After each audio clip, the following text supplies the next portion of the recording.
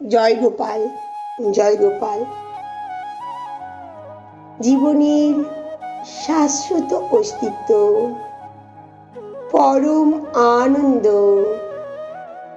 এগুলি উপলব্ধি করতে হলে আমাদের জীবনের সমস্ত রকমের জড়তা, দৈহিক প্রয়োজনীয়তা, জন্ম মৃত্যু থেকে মুক্ত হওয়া, এগুলির মাধ্যমে যুগ যুগান্তর থেকে মানুষ শ্রীকৃষ্ণকে পাওয়ার চেষ্টা করেছেন।